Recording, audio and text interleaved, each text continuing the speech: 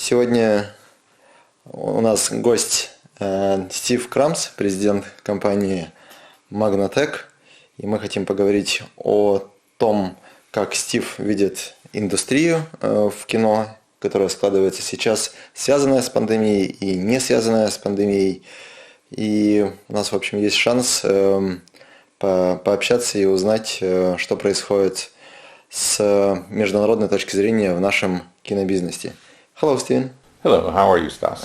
Very good. Good. Happy to have you here at our forum. It's my pleasure to be here. I hope it's useful and helpful to your viewers. Can we just start from maybe your overview of the situation in cinema business, what's happening here in the United States, in terms of the, now we have pandemic, but maybe we can also look for the trends and what is happening not only within this time, but just in general? Yeah. This is a time of great turmoil for our business. The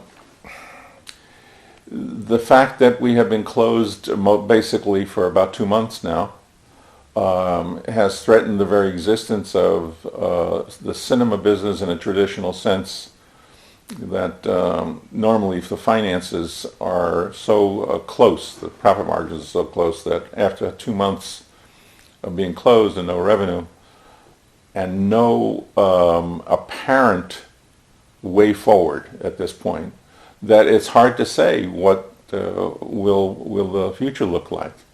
I mean, we can prognosticate, we can guess, we can think, but I think that all of us who are serious about trying to maintain the business can't really look into the crystal ball. We really don't know. We've already started to see some bankruptcies in the industry, and we know that many landlords are not receiving their rent, and sooner or later, unless there is a really clear way forward with some kind of a schedule, I think it's hard to predict what the final outcome is going to be. And you think what could be, I know it's a hard question, but what could be the forecast in, let's say, next 2-3 years from now? That's a different story. I think when this is all over and the public is comfortable enough to go back into the cinema, that we have the biggest challenge for our industry in rebuilding it, rebuilding confidence in our customer base to come back to the theater, and also to work with our distribution network as it already exists, considering all of the new distribution methods that have been employed to try to keep the distributors and producers on board during this difficult time. So all of this has to work together, and I think, again, it's yet to be seen how this is all going to work out. I think we can say for sure that there's going to be some marriage between the electronic distribution of films and the exhibition of films in theaters. For example, many of the smaller independent theater owners now are doing whatever is necessary to keep their brand alive, while the large chains are not. They are just closed and standing still. So it may be a world that looks very different, and that major distribution companies that really counted on large chains for their revenue may not be able to do so. It is possible that smaller independent chains, which relate themselves to their audience and find themselves a place in a community, are more likely to survive going forward in the new world of cinema. So I think we're looking at a whole different landscape. It's hard to conceive that a 24-screen complex of 150,000 square feet, paying $150,000 or $200,000 a month rent, is going to have an easy time going through the pandemic and finding themselves a place in the future of movie going. And speaking about the independent cinemas, so one part of them definitely art house cinemas. How you see this market? I think there's two separate markets. There's independent cinema owners and exhibitors, and those who are art house exhibitors, and maybe a third, which is a little of both. I see those who survive as being either art house and independent cinema operators who are bringing in specialty product, relating themselves to the community and what they can do to serve their community and create that direct personal relationship between their business and their community. And also medium to small size chains which might have 4 to 6 screens, which are really displaying the major content for that part of the segmented audience that wants to see their favorite movies on a big screen, sharing that special experience with a larger audience. So those are the two primary areas, and maybe the one secondary I mentioned that I see going forward being successful. Those who would be, already saying the cinema business is finished, maybe in the traditional sense, there are some who will fall by the wayside.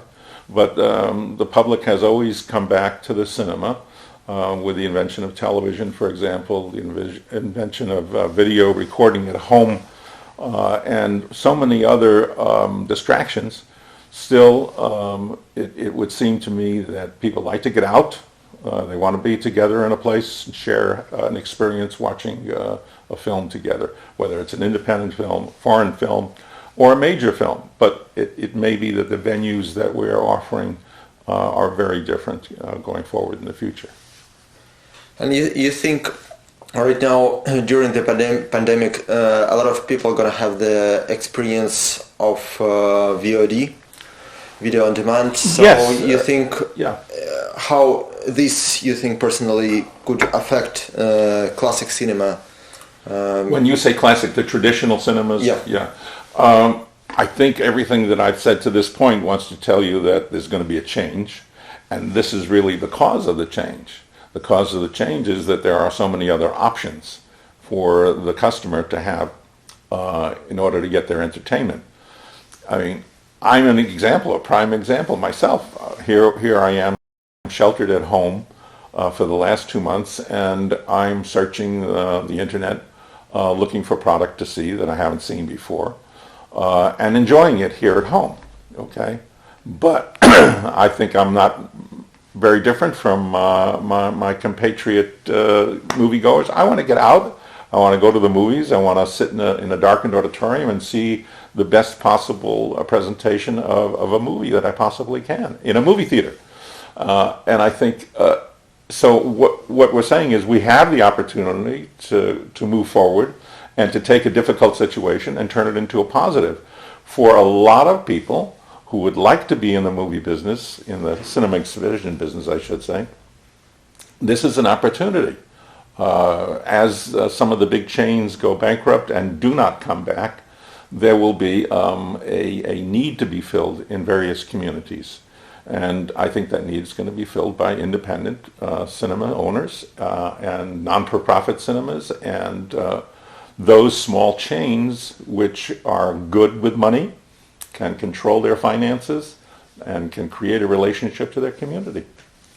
Steve, I think you have pretty interesting experience. Before you used to have commercial cinema theater, actually a network of cinema theaters. Right now you're operating with a not-for-profit art house cinema here in Miami, and as far as I know it's one of their, in terms of the, with your experience, how different it is to run their let's call it traditional cinema theater and the difference between like art house, not-for-profit cinema? It really isn't so different. The operation is basically the same. The real difference between running an art house and independent cinema is the relationship with your audience, the marketing techniques that you use. I mean, you're the little guy in the big ocean, And so how can you get enough attention from your community, from your audience, so that you can make a successful operation?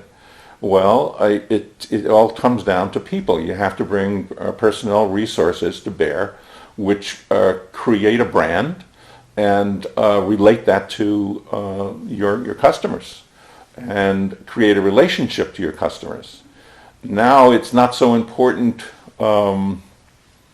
what's playing at your movie theater as opposed to a commercial theater. It's the title and the stars that are bringing the client to the theater. Right. In an independent or art house, it's more about the relationship between the theater operators and the management, the staff, and the customer. They can be assured, because you run a quality operation, a personal operation, that they will come to your theater regardless of what the movie is, and they will have a positive experience. They might like the movie more or less, but they're there because they want the experience. So I think you're creating a whole different business plan by doing this. And they know you're creating a quality experience for them, so the title is not the primary reason for them to go. They want to get out, they want to be with their friends, they want to socialize, and they want to be in that environment. That you have brought them the best kind of entertainment that's available, that's the real plus. But this sounds like a big release for the cinema theater. They don't need to be dependent on a films. It's kind of... It's dependent on the entertainment and the relationship. Your client knows you bring the best entertainment possible to your screen, so they want to be there, and they want the social experience. So the title, yes, it's important. It's not. I don't want to discount the importance of a title and a star. It's important, but it's a different audience, mind you. It's an audience that wants to be out and be social, and wants to have a relationship with where they're going. It's almost like you're creating a club, and so you go to your club to be there with your friends, and you go there to have an experience with them. On the other hand, you recently had experience of creating a big cinema complex in Bahamas. Tell us a little bit more about the concept, about what they got in a result. So yeah. It's a big complex, that's true, but it's only 10 screens. It's not 24 screens, it's not 16 screens, it's 10. And of the 10 screens, one is an IMAX screen, 2 are 4DX screens. So that really means there are only 7 conventional cinemas. It's a unique situation in Nassau, the Bahamas. The Fusion multiplex serves a community of about 225,000 people. There is really only one other competitive venue, and it really wasn't very competitive because of its age. So when your client offered the best possible picture, the best sound, multiple opportunities at various things to participate in besides the film. For example, they have a game center, a redemption center. There's 8 or 9 restaurants on the premises. They have a full-time staff to take care of children in a day center. It's a totally different approach towards operating a theater. It's a destination to come there and spend the day there. So when I said they have 8 or 9 restaurants, the restaurants vary from a typical fast food operation to a very high-end restaurant. So it becomes a food and beverage business besides the movies. As a matter of fact, I'd say probably at least 60% of their business is food and beverage, balance being film exhibition. The fact that there's not much competition, that's a big plus in their favor. So it creates almost a monopoly. You're not going to find those kinds of situations commonly. Most communities have a very competitive situation with multiple venues in various locations. This particular one happened to be very special and unique in that respect. And they're doing tremendous, well, they're closed now, and they're hurting very, very badly because of that. they were doing as much business as maybe one of the top U.S. theaters in their one location. I mean, it would not be unusual for a really big movie to do $1 million gross for them. So a very unique situation, very special. Could be used as a model on maybe scaled down in respect of the fact that it has so many various other offerings besides movies. The movies are there, that's the main thrust, but there's lots of other activity at that theater. They even have a virtual reality theater. So I think you have to take this as a very unique and special and individual situation. I know that some in Caribbean right now, some other places looking for similar concepts. Yeah, these are places which have similar kinds of demographics, where there is either no theater, or the theaters that are there are very traditional, old, and do not offer more than just the film experience. So those operators who are willing to make that kind of an investment will get the same result or similar results that they're getting in Nassau in Bahamas. We're doing one in Barbados, we're doing another one in Aruba, and there will be others. But again, you have to have that unique set of circumstances where either there is little competition or no competition, and you can create a very special venue. And with this concept, as far as I understood, they're using their facilities not only for the cinema, but also like multi-purpose venues. So all these auditoriums could be transformed to some other shows, right? There's of the 10 auditoriums in Nassau, one of them is a multimedia equipped auditorium. The others can be used for other purposes, but then they would have to bring in technical support to make that happen. It does not stop them from using an auditorium, let's say, for a meeting. So they have multiple auditoriums they could use for meetings. But there's only one auditorium there that's really set up for multi-use. Their big plus is their food and beverage, and their virtual reality theater, their redemption center, game center, the fact that they have, plus the fact that they do a lot of programming off regular hours. And they work with the government and the schools to bring in special groups for their IMAX presentations. So really the place opens from about 10 in the morning, and it keeps going until almost midnight every day. Interesting. Let's come back to the United States right now. Tell us a little bit more about situation, how government helps business to survive during the pandemic. Are there any programs? Yeah. There are various programs for assistance to motion picture exhibitors during the crisis.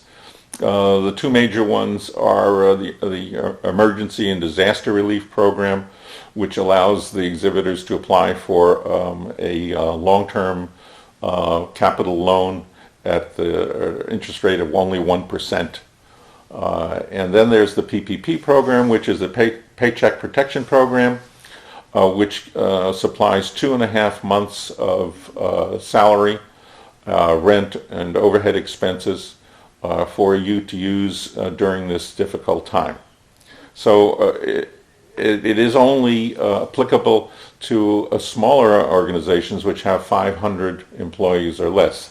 So that really means that the big exhibitors are left out of this, meaning the ones who have multiple locations all over the country. And it really comes to the smaller independent exhibitors. And that's the way the program has been designed, to assist small business. I'd like to add one other thing. On the PPP program, it is forgivable, meaning that the money that's applied for the PPP program by the federal government is not necessarily to be repaid.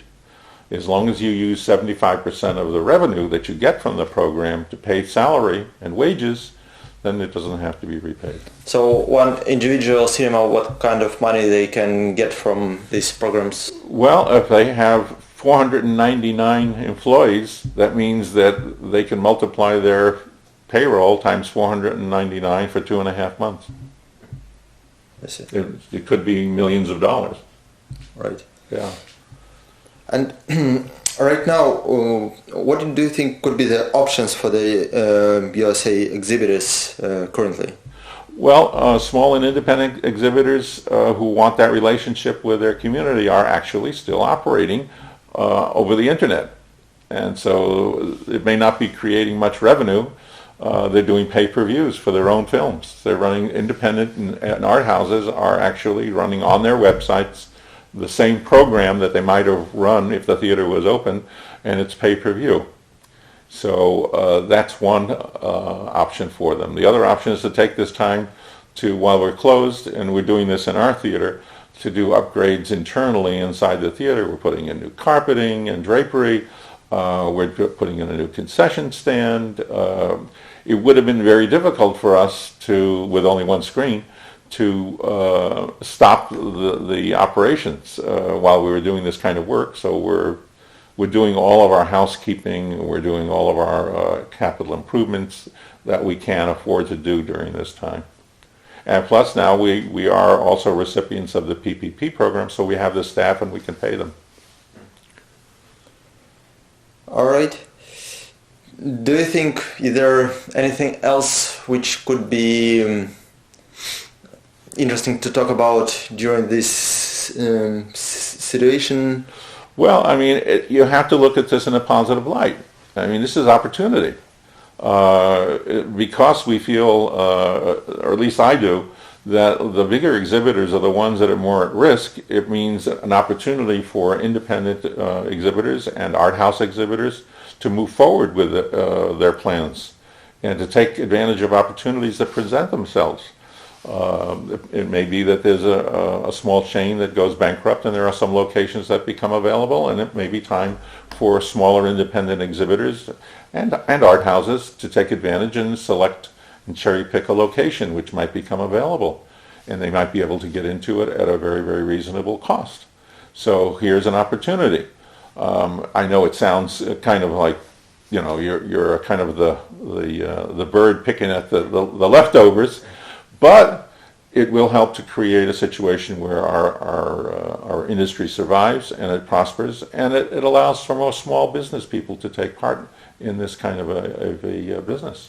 And actually, this is not the first time when the industry has a crisis. This has happened, at least in my lifetime, not to this extent, but has happened a half a dozen times, where we have had a situation where larger exhibitors got very, very large, and for whatever the reason, they would build complexes across the street from one another.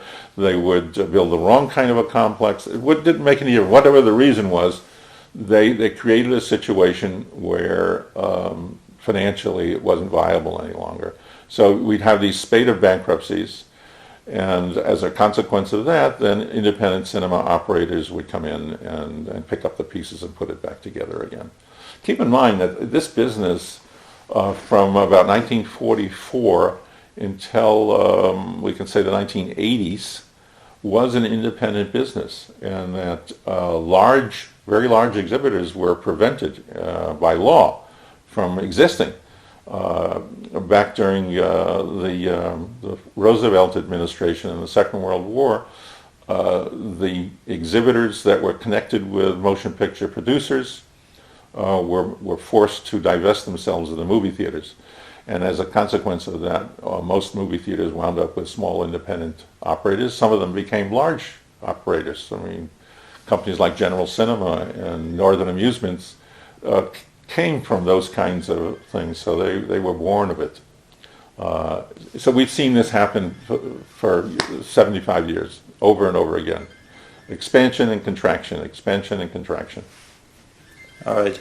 Thank you very much, Stephen, for... The pleasure is mine. Will be continued. Yes.